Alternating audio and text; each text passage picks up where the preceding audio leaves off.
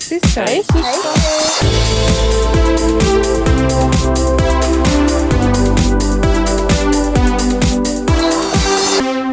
Hey, sister. Hey sisters, welcome to another episode of Hey Sister. Today we've got our guest JJ and she's going to tell us all about where she started in nursing, where she is now, where she might want to be, and all the fun in-betweens of nursing. Thank you so much for joining us. Hi, that's okay. My pleasure. Excellent. So I thought we'd kind of start off with a bit about our mission quickly before we jump straight into our first questions. So as part of our podcast, we'd like to explore the careers of nursing, hopefully inspire current nurses within their roles or new nurses, people looking to get into nursing, and also create that sense of community. And as Tennille's introduced our guest today, how we know JJ is because she is my best friend's little sister, coming from a family of nurses. We're very keen to hear more about our favourite 3 questions. Where did she come from? Where did she think she'd end up? And where has she actually landed? So we'll start off with our first question if you're happy. So tell us where your journey began. So my journey began at uni. So I started 4 years ago now, studying my registered nursing. So it sort of came from the love from my sister and looking up to her being a nurse. So over the 3 years, they were very hard during COVID, but I got through, and I think that kept me going was I just love people and looking after people. Amazing. So, yeah. And it would have been really hard during COVID. Did you get to go into like doing pracs in the uni, or what did it look like? Well, a lot of it was online, like Zoom, and like you did it yourself sort of thing. Your lectures were like on Zoom, but practicals were really hard. They would push him out to when we could go in because of like lockdowns and stuff. Like you weren't able to go in when they were due. I think my final year I had 3 placements because one of my second year ones got pushed to the first week of my 3rd year. So a lot of your placements were like mismatched. They were sort of like away from home, at home, and yeah. How did you do an at-home placement or practical? Did you film yourself and like someone from home pretend to be a patient, or? Luckily, we didn't have to film any practicals at home, which was good.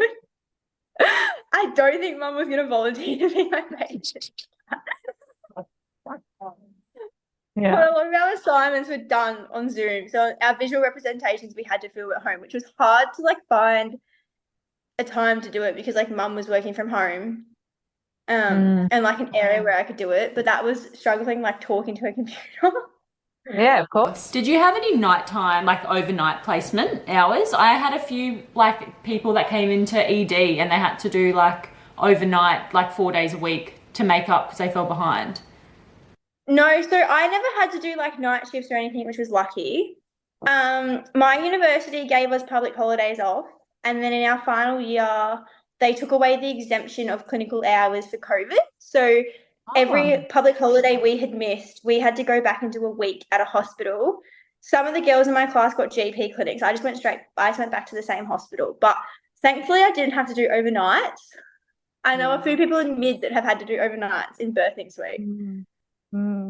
It'll be interesting to see, or we might even talk about it now, how have you gone from then not having done nights before to having your first big girl job and then into nights, your first set of nights? What do I do? Yeah, that has been that. Yeah, I did my first set of nights a month ago and I struggled. And then I did like one. Pardon? How many was it? It was only 3 because I'm only like 0.8, so it was only 3. But the first night I can't sleep, and then the second night I didn't sleep because like on our hour break I napped. And I was on like the 4 a.m. break, so like I was wide awake by the time I got home at 7 a.m. Yeah. And then the third night I like had slept, but only to a certain time, so like I could get up and go about my day. And then I picked up a night shift last week, just like a random one. And I just didn't sleep before it. Like I don't have any sort of preparation. You sound like your sister who also doesn't sleep. Good luck with that. I don't have assignments. Yeah, I found it really hard because at uni we didn't have to do night shifts. It wasn't part of our curriculum. And so when I did my first ever night shift, I thought, and I'm a time planner girly, I don't know what to put on my time planner. I had 10 p.m. meds, 6 a.m. meds, I thought I had nothing to do in between. I soon learnt there was a lot of other things to do in between, but just finding your groove and understanding what you have to do in that time. Did you have a similar experience? So like it depends on like the patients you get. So like my last night that I did last week, all my patients had like obs at like 10 p.m., 6 a.m., and then like 3 random ones in like midnight or like 4 a.m. So it was kind of nice because I had like an hour where I was just walking around. But the first lot, like I had no idea. I was like to my nurse in charge. I was like, what do I need to do? Yeah. And like a lot of it is just like sitting around or like restocking stuff, which is nice. Yeah. But Yeah. I was working on a surgical ward and so you work in ED. So it's kind of like you've got post-op patients constantly coming out to keep you busy. Your post-op obs are never ending. And then obviously ED, you're pretty constant. But yeah, every little bit of downtime I found sort of between midnight and 4 a.m. was really quiet. Well, that was the quiet period if there was ever on. And that would be like, restocking, check your resus trolley, do your BGL machine checks, like just like clean and tidy type thing. But it's weird, like I found night shifts for me brought me really close to the people that I worked with because you had that little bit of downtime and you were kind of like you'd work with people that you might not have ever worked with before really closely and you develop these other relationships with them. yeah, most of the girls who do night shift on the ward that I'm on now, so I'm on a medical, like a general medical and renal ward, but we're becoming mostly gen med now. Like there's barely many renal patients. There's only a few that have permanent nights, but like most of the girls are on like the day with me as well. But it's kind of nice, like because you actually get down to like the chance to talk. Yeah. Yeah. But like it's really weird because like restocking a resource trolley, we don't have a resource trolley. Oh, really? We have a little Met trolley, and all the Mets we call ICU come with the trolley. So we actually have no resource, like no proper resource trolley. Yeah, right. Yeah. Because you're not advanced life support trained, so they bring all their big stuff then, I assume, or Well, Because you'd be basic life support. Yeah. Yeah. So everyone can do basic life support, but I think most wards do have a Met trolley. But yeah, for some reason ICU bring the trolley, and we just have like what we need as such. Like we have a defibrillator and everything, just not a full blown like red trolley. Yeah, right. Oh, there you go. Interesting. so this is your first nursing job. This is your grad year. How is it comparing to uni and placements and what you thought it was going to be like and the actual routine of it all? A little bit different. The uni that I went to, we did 2 placements each year, where some of the unis only do like 1 at the end of each year or like 2 in like second or third year. So basically everyone says that the people who come out of like my uni always come out like really hands-on. So it's a bit different because most of my placements were in a private hospital or like a really small hospital in Melbourne. And then I did 2 weeks in the mental health unit. So I didn't really go to the public system as of such for my placements. So it's a little bit different, like knowing what to do. I think my first day of supernumerary, I was like, had the supernumerary shift and I was like, wait, do you need to check this? And they're like, no, like this is all you. And I'm like, oh. Yeah. But yeah, no, like getting into the routine has been not hard, but different. Yeah, I found my grad year was really hard in the sense that obviously uni prepares you, but you kind of have very big different scope and level of responsibility. And I think I took for granted how much my buddy nurse probably did in the background, and I kind of thought, oh yeah, I've got a patient load today, but then I didn't actually realise how much was going on behind the scenes. You're doing the obs and writing a note, but you're not doing the discharge planning or like the other little communication bits. Yeah. So I think for me, when I started my grad year, big shock. I even picked up like talking to doctors, like I swear half the doctors write like they're still in like kindergarten. And I had to go up to him and I was like, I can't read this. Like, Oh, so you're all on paper. yeah, we're still on paper. So our hospital is the only hospital that is on paper. Oh, They're okay. slowly moving to paper. So like we're probably as big as the catchment area as Townsville Hospital. Yeah. So we cover a lot of the regions, but yeah, it's really hard. All the folders fall apart, but they're slowly moving to it. Yeah. I think It's a they're big doing- change. they're doing- Yeah, well, they're doing other developments at the moment. Like they're starting up a new children's ED, so the children won't go into like the adult ED. All our surgical is moving like across the road, so we have like a tunnel under the road that we use for patients. Yeah, we have underground tunnels. And then like maternity's going down to their own little area because at the moment our ward has been split into half, so half's maternity, half is us. Oh, wow. So all our It's numbers are really like back hard. to front. Yeah, all our numbers are like back to front, and then like all the new dads walk in, and we're like, keep going. Wrong door. Yeah. There's nothing worse than someone coming up to you and saying, "Oh, where do I find the formula?" And you're like, "Oh, I actually don't work here, sorry." Like, "Oh, I don't work on that unit." And you feel so bad because you can't help them, but you can't help them. Exactly. Or like a lot of them come up and they're like, "Oh, you were just told level 6," and we're like, "We don't have them." But then like technically like we're not supposed to search the patient. So then we're like, "Oh, maybe try down the other way." Like go try to like another wing. Yeah. But yeah. And you've recently, so you're just over halfway through your grad year. So you're fresh in your mind on how your interviews and applications and all that went. So maybe a little bit about that experience for, the students who might be listening, who just a little bit of recent advice on how you went through that process. So we did the computer match. And then the hospital that I got as a grad, they didn't do second round of interviews. So they only went off what you did on computer match. What's the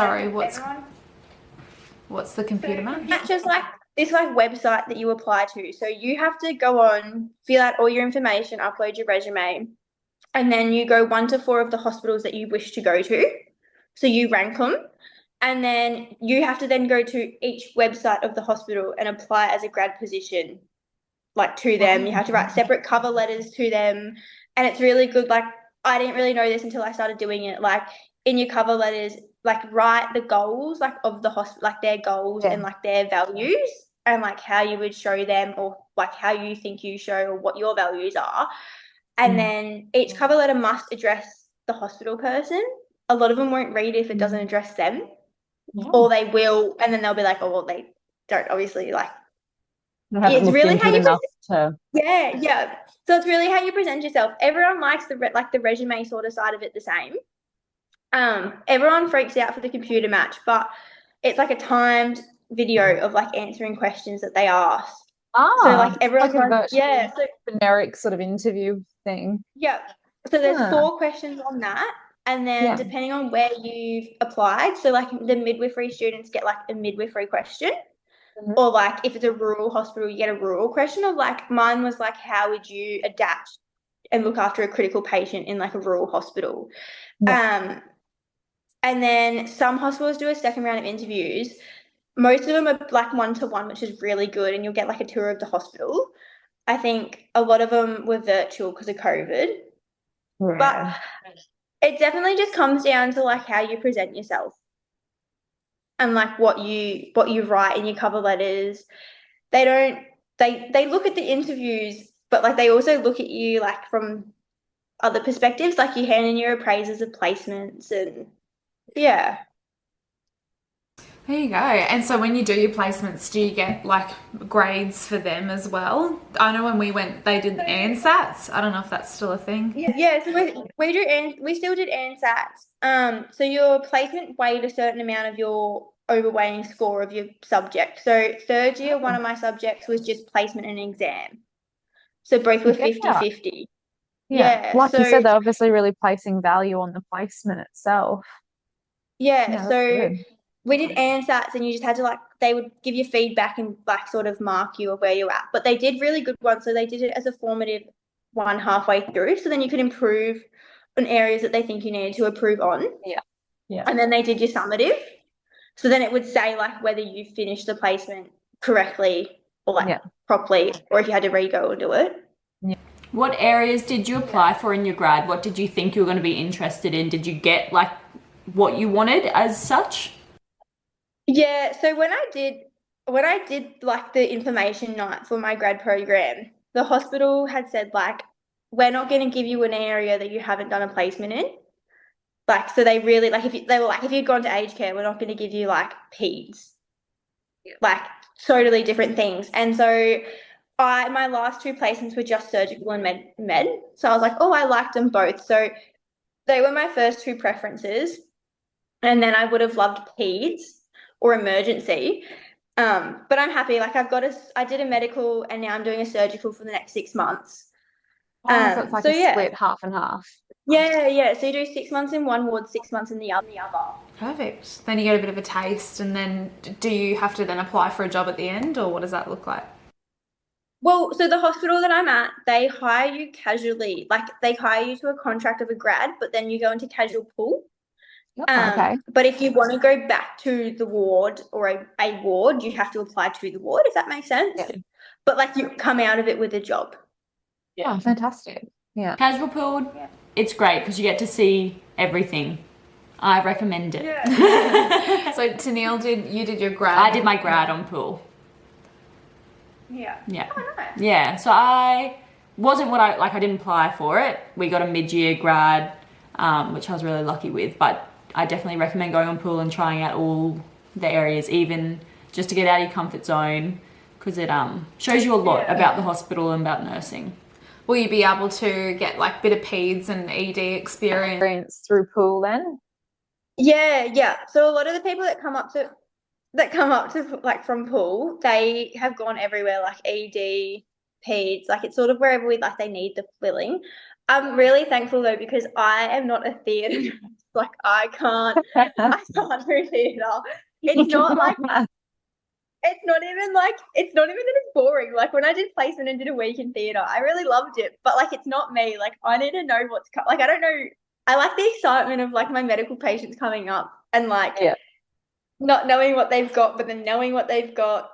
Or like we have a lot of deliriums and behaviours, and it's like it's fun. You've like got to it keeps it investigate fun. what's going on, like why are they delirious? Like like I can't stand in theatre. Do you know what you don't like, and you had your theatre placement, you know? And like one of the girls who's just come like rotated to our ward, she came from theatre for the first 6 months, and she was like, I have no idea what I'm doing. Like it was a whole different thing, and she's like so nervous and like afraid because she's like I've been in theatre for like 6 months. Yeah, it's very different, I imagine. Like again, time planner girly. There's no time planner in theatre. I imagine it'd be very different.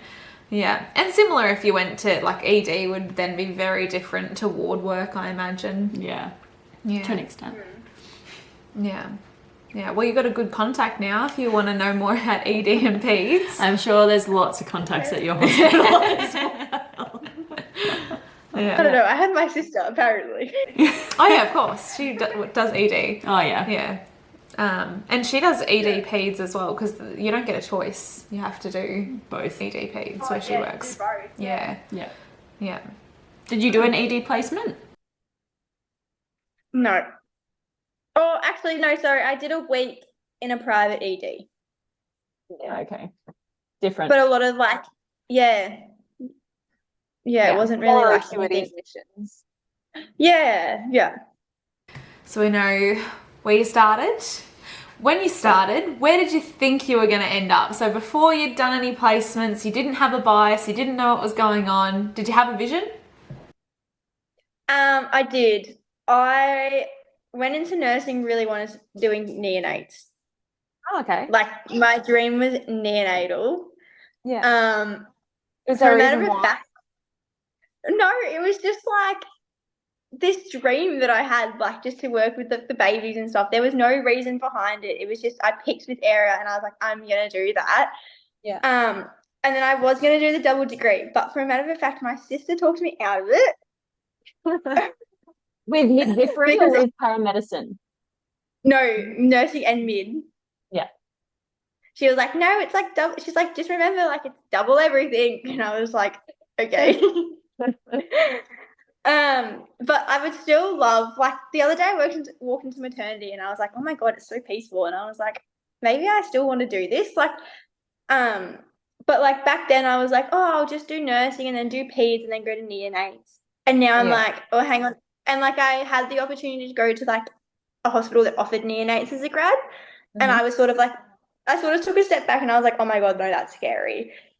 Like, don't want to do that straight away. But I think now, like, I still want to do it. I think I just want to do like midwifery first. Fair enough. Which is obviously very different to being a neonate nurse. Yeah. Because, like, my understanding as a midwife, you're looking after mum and then baby. But if baby's sick or unwell, they're going to the nursing neonate ward. Yeah, so like it's a bit different, but it's really hard because when I did uni, in second year you only did one subject of child and adolescence, and it wasn't like a placement or anything, it was just a theory subject. Yeah. So like I also haven't had like that experience of like looking after a baby as well. And it is very different. One of my close friends though, she worked on a medical unit for many years. And then really wanted to get into neonatal. She'd had a baby herself and then obviously found a bit of a passion for neonatal nursing. And what she ended up doing was reaching out to the NUM of the area, and she did some shadowing shifts. And then she went into their, like, it was still in the casual pool, but she was on like their register of like preferred staff to go to that area, because she'd done a couple of shifts doing some shadowing. So if you're interested, you can probably reach out and then do like a shift on the unit without having that obligation that you're responsible for the kids. And so I think as like we do have that opportunity actually to like have a day or like 2 days where we can go and try out another ward. I know that I don't know about all hospitals, but like my hospital offers like a discovery program. So like you have a year of like you go to that ward, and if you don't like it, like you don't have to go into it, or like it gives you that time to like see. And I do know, I found out the other day, which is like very quiet, like not many people know about it, but you can apply to study midwifery, but then you work in maternity. Yeah, we have that in Queensland as well. And yeah, you get paid as like, It's just very competitive. Oh, and also the workload is insane, because you have your normal nursing shifts in your maternity unit, but then you still have to catch a certain number of babies. So you might have done like your standard shift, and then you've still got to come in and catch a baby or something like that night. So I've heard the workload's really intense, but if it's what you want to do, at least you can get paid while doing it and get the experience of working in a maternity unit at the same time. Yeah, exactly. I even know, like, even with that, like, there's one of the girls that's still doing nursing mid, like her final years this year, like she has to go in and do another placement because she didn't have enough babies, like in her last placement in birthing suite. So she has to go up for another week and hopeful that she'll get like her numbers. Yeah, it's That's pretty a hard degree. It's crazy that like when they talk about catching babies, in the sense like if you book a holiday a week before you think they're going to be due, like all the things like students being like 3 hours up the road at Sunny Coast and they're driving back down to catch this baby and like born like 30 minutes before they get there, and wow. Like Tennille said though, if you do a mid degree, you're very much focused on mum rather than and bub. the pregnancy. Yeah. You're better off going peds and then almost into neonate, because a lot of peds wards will have babies that are like classified as dirty because they've left the hospital since birth, so they might be under a month old, but they'll still have them on the peds ward. Oh wow, Yeah. So there's definitely ways in, and if you want to look after the baby and not like the birth and the pregnancy journey, then like that's separate. But I think maternity would be awesome too. I delivered a couple of babies during my placements, as they were nursing placements. I don't have a dual degree, but because I did rural placements, the person I was buddied with was a midwife, so you just had to follow them around. And so I was lucky enough to do some births, which was insane. I had no idea what was going on. I don't have children myself, and it was the most wild experience, but it was so phenomenal and I felt so lucky to be part of that. So I think, yeah, midwifery could be just as amazing. With your sister being a nurse, did she tell you any stories or anything in particular and you thought, oh yeah, and then when you got there, you're like, what is she going on about? Or like, oh, this is exactly what she said. Was there any like experience like that? There's been a few stories that she's told me, but like not really like ones where I've gone, oh yeah, like it's not like that. It's like oh yeah, that happens. Like there was a few times where I'm like, yeah, like there was like I had a death the other week and it was like so traumatic, and I had like come home and I was like, do I even want to do nursing anymore? I was like, nah, that's it. And like the other day on the phone, like me and her were joking about it. She was like, oh yeah, been through that, done that, like seen that happen. And I was like, Yeah. When I was a grad, I had 3 deaths 3 days in a row. 3 shifts, all 3 shifts. I went into work, had a death. Next day, went into work, had a death. Went into the next day and had a death. 3 days in a row. It was so awful. So awful. We had a week. So like a lot of us, or I didn't, but like a few of the staff took leave because like we had a week of just straight deaths. Yeah. It wasn't my patient. I was just involved in the death when it happened. And it was just so traumatic. And that was sort of like the straw that broke the camel's back. Like I went back into work. Like even one of the girls like said to me when we left, she's like, she rang me like later and she's like, I could tell that you just like weren't okay when I looked at you. And I was like, I don't think anyone was okay like coming out of that room. And then like everyone was like, because one of the nurses had put it in our Facebook page, like the employee assist program about it, like to talk to someone, and we were like, everyone was just messaging us being like, oh my god, were you at work, what happened? And it's like, don't really want to talk about it. And then like going back to work, it was, oh my god, what happened? And then 2 weeks later they brought in like the employee assist to talk about it, and we were like, we're so over talking about it, like we don't want to talk about it anymore.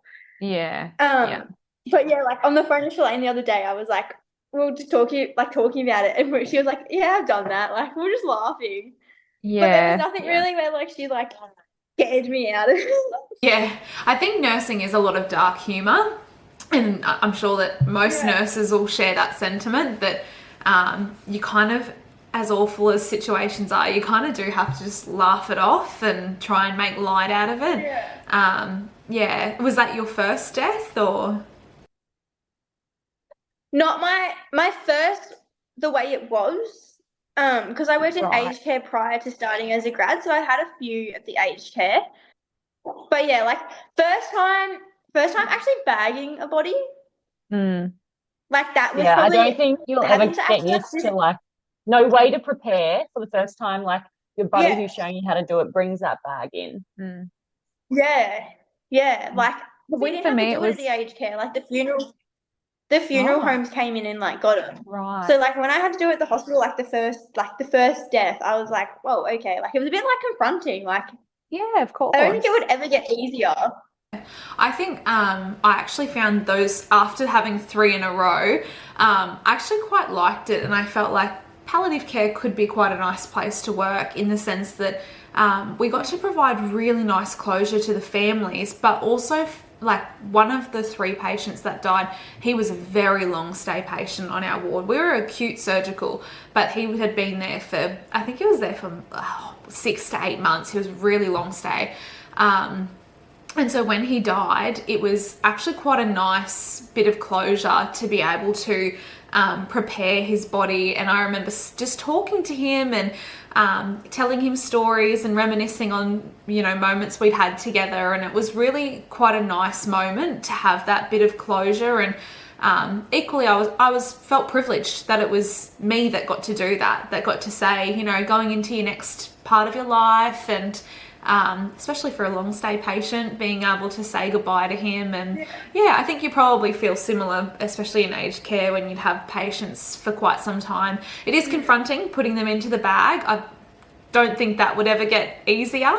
But I think the preparing of the body and having family view and that side of things is unlike any other, and providing that dignity throughout even just the dying process, because 2 of them were palliative on the unit, so it was a really beautiful experience to bring dignity and comfort to someone too. Yeah. My first one was, I don't even know what it was. So she, like, everyone knew she was passing away, family really good. The daughter decided to stay in the room with her daughter, who was 6, while we bagged the patient. And so I was doing my first one. We're like, you know, changing them, putting the pad on, that kind of stuff. And they were asking questions the whole way through about the process. And I was like, do you know this what, is though? so weird. Everyone just processes so differently too, though. Like, I suppose that's probably their way of processing, and they probably needed to see that she was being well looked after, like making sure, okay, is mum's body being cared for? They're not just going, it's just, they're dead now, that I can't feel it or something. Like, I think, maybe that was their way of processing it. But certainly EAP, I'm like the biggest advocate for it. I use my EAP every single month. I go and do use it. You can use it for where we work. I don't know about every health service, but it's free. I get 1 session a month for free, and you don't have to talk about work things. A lot of times you do, especially when I was working on the ward, and when I was working in patient safety. That was quite a heavy job, so you do need to debrief about work things. But it's, I think it's amazing. I think that everyone should do therapy. I think it makes you a better person, a better wife, a better family member, and equally a better nurse when you go back into work and you're happier and you're keen to be there. But I think it's valuable, and I always pitch it. So that's my little pitch of the day. No, it was good to talk to him, because like we didn't really like touch on it. Like, she was like, I don't want to bring it up because like bringing it up is always like hard, but like it was like coping mechanisms like burnout and like, you know.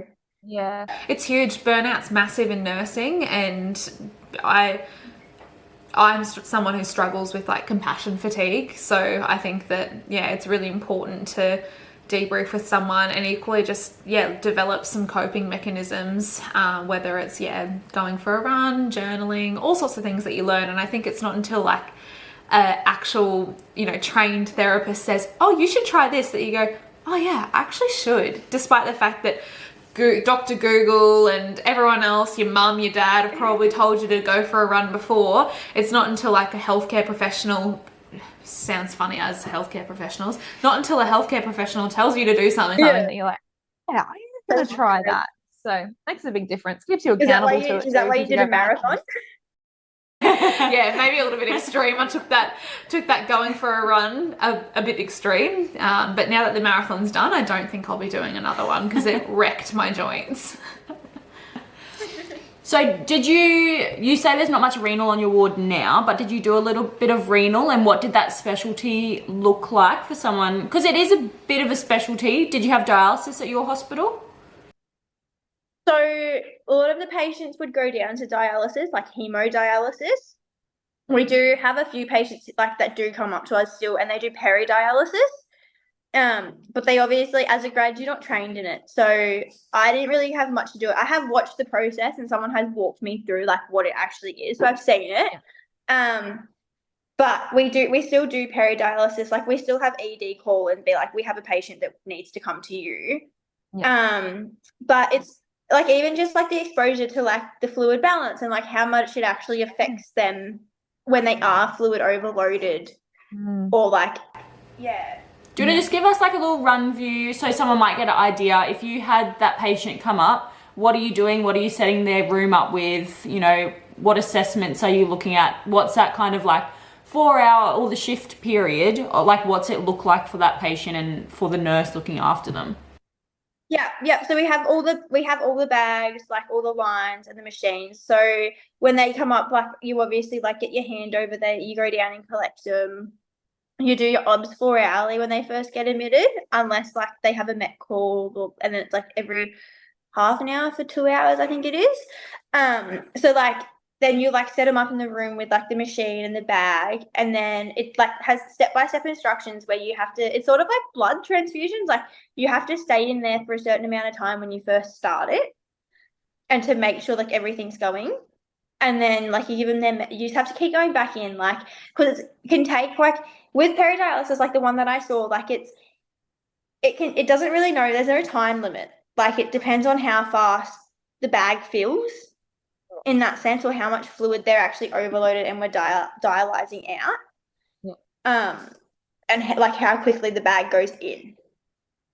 And how much they're then taking off, and their estimated and ideal body weights, and yeah, exactly. Yeah, and then we got to weigh it and send it off, and yeah. And that is that all through their fistulas? Yeah. No, peridialysis is through like the belly button area. Through a tank off. Yeah. Yeah. Renal's a really good place to learn about comorbidities. I find that your renal patients, firstly, why do they have renal insufficiency? You learn a lot about, is it type 2 diabetes? Have they had a nephrectomy for some reason? Whatever it might be. So it's really good to learn about their background, but then equally you learn about the risks of, peripheral vascular disease, heart attack associated with your hyperkalemias. Like, you just learn a lot more about the body as a whole, and you never realize, I suppose, until you go through nursing, how important your kidneys are and how many systems they actually function in alignment with. Have you found that really good for you to be able to do like your comprehensive assessments? Yeah, like even like when they come up and you get the handover, like just their past history from having like being a renal patient, like you sort of like, okay, like that makes sense, like they're renal. And then there's like, your diabetics, and then you have like your renal diets or your diabetic diet, and most of your diabetics are renal. Yeah, and your renal cohort can be a really interesting cohort to work with because they're obviously engaged in healthcare services quite often, so they have some level of health literacy, which is really good to work with. But equally, you imagine their their life balance and how important that psychosocial support is. Like, you imagine being a dialysis patient regularly going in for therapy. The psychosocial support is absolutely necessary. I have noticed too, like some renal patients, like there's really good ones, or there's some that have care of like partners or like carers, but then there also is some, like we've had a few on the ward where like they're still heavily into like your alcohol abuse or like drug abuse. Yeah. And so like we've had a few, like we've had one on a behaviour contract and like really sick, but like just wants the help but doesn't stick around for the help, or like isn't nice, like if that makes sense, or like one will come in but then want to leave all the time. It's just like, like it's good, it's nice, not nice, but like it's eye-opening to see how people actually cope with what they've got as well when it comes to renal patients. Like there's one patient that always comes in overloaded.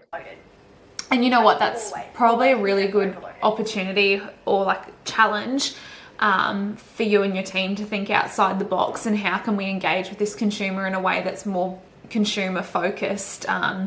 Obviously what is happening at the moment isn't working, and how else can we engage them in the service? What can we do that looks differently? And it's kind of like an exciting challenge to think of how can we look at this patient as an individual and make their service a bit more tailored. It's like a little challenge. We're looking to start a new little trend with our podcast where our guest asks a question for the next guest to answer. Some little tips and tricks or things that you'd like to know from another clinician. So JJ, take the floor. What question would you like to ask our next guest? I think my next question for the guest would be how, like, sort of on the lines of like where, like you guys asked, like where do you think you would end up? But like once they've done that, do they want to go further? Or is it sort of like once you get to that point, you're like, oh, I'm happy now kind of thing? Yeah.